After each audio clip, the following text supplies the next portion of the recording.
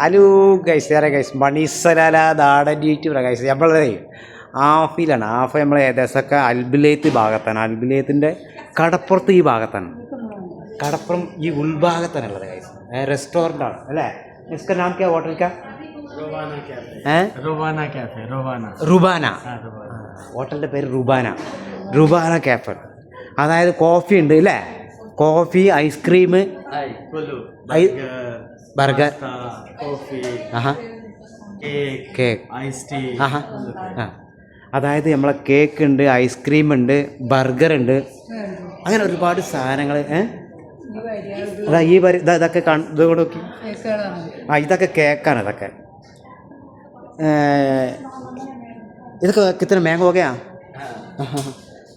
500 1 रियाल 3 रियाल आते हैं. 3.5